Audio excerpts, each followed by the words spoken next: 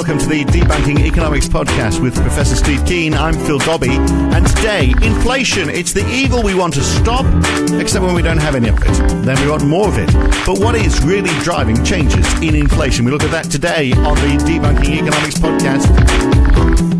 Well, the growth in the supply of money, the cost of producing goods, including the cost of labour and the bargaining power of workers. What is the number one factor when it comes to influencing inflation?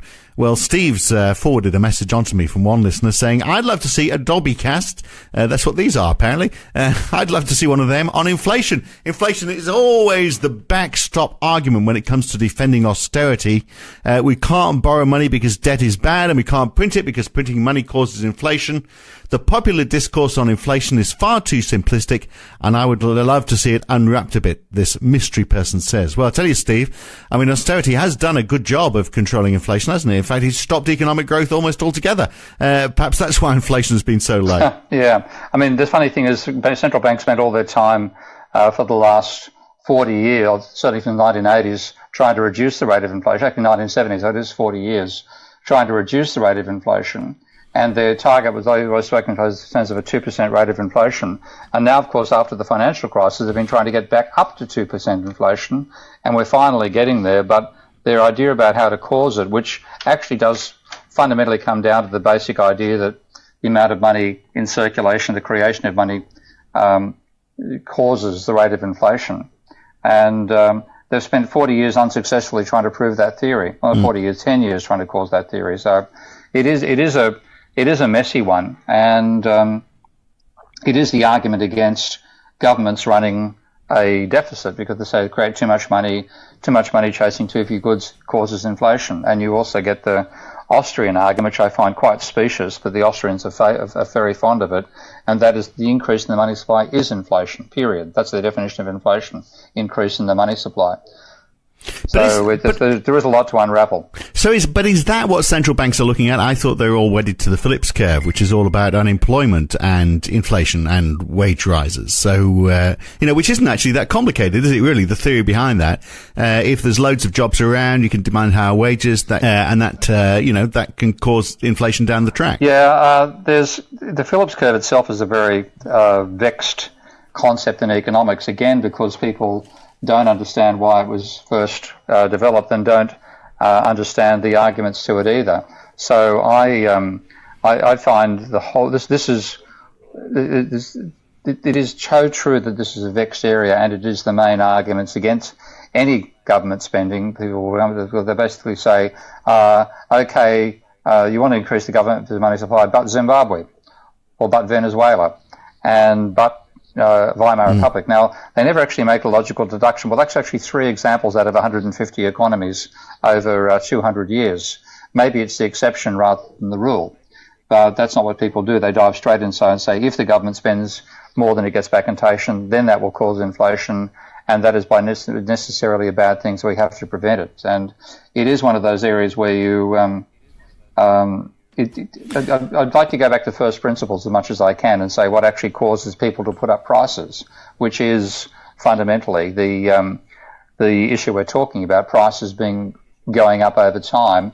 And it's often spoken about in terms of simply inflation itself rather than inflation relative to anything else.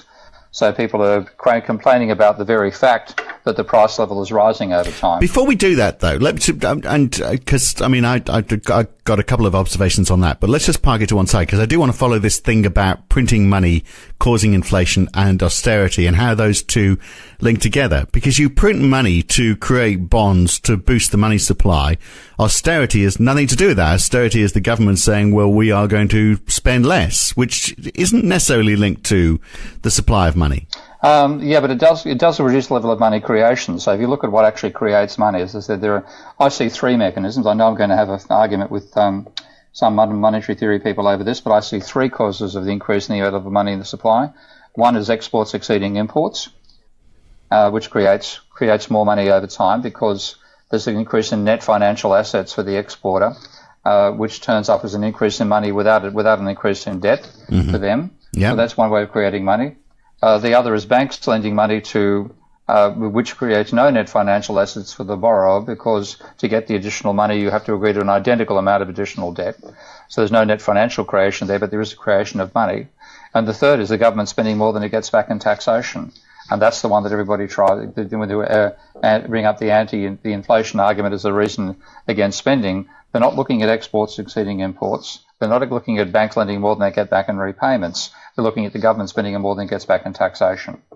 And if you look at the Milton Friedman arguments, which are fairly much aligned with the monetarist ideas, are fairly aligned with the Austrian ideas as well, that government creating money too quickly is what causes inflation, and it sees the causation going from change in money to change in prices.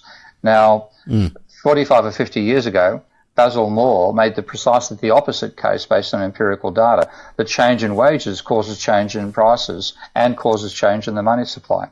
And the mechanism there was that the major cost that firms face, on a major variable cost they face, is the cost of wages. If there's an increase in demand for goods and services, they have to hire more workers. And how do they find the money for that? The answer is that they have, back when Basil was writing, they had lines of credit with the banks. They would access the lines of credit. And so, say a large corporation might have a line of credit of, a few $1 billion.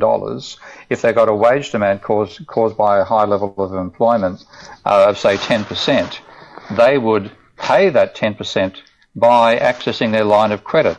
So the wage demand, which is really about a struggle over the distribution of income, would cause a change in the price level of wages, which would then lead to firms accessing their bank accounts, which would increase the amount of money.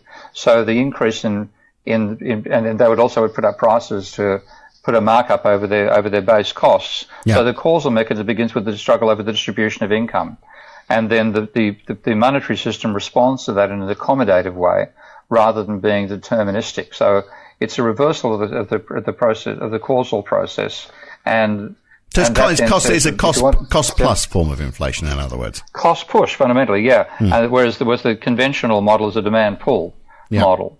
And empirically, in terms of how firms actually set their own prices, the answer is they put a markup on the variable cost of production, and that's why you've got to understand not just a simplistic argument that governments create inflation by printing too much money, which is about as far as the anti-inflation case goes. Well, if you want to hear more about the non-simplistic version of what really creates inflation, then listen to the full version of this podcast.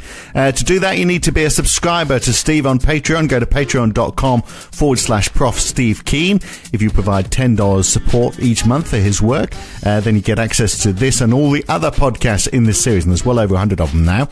Or you can subscribe at debunkingeconomics.com for £5 a month. Choose one of the plans in the right-hand column, and that's it. We'll see you again very soon. Thanks for listening.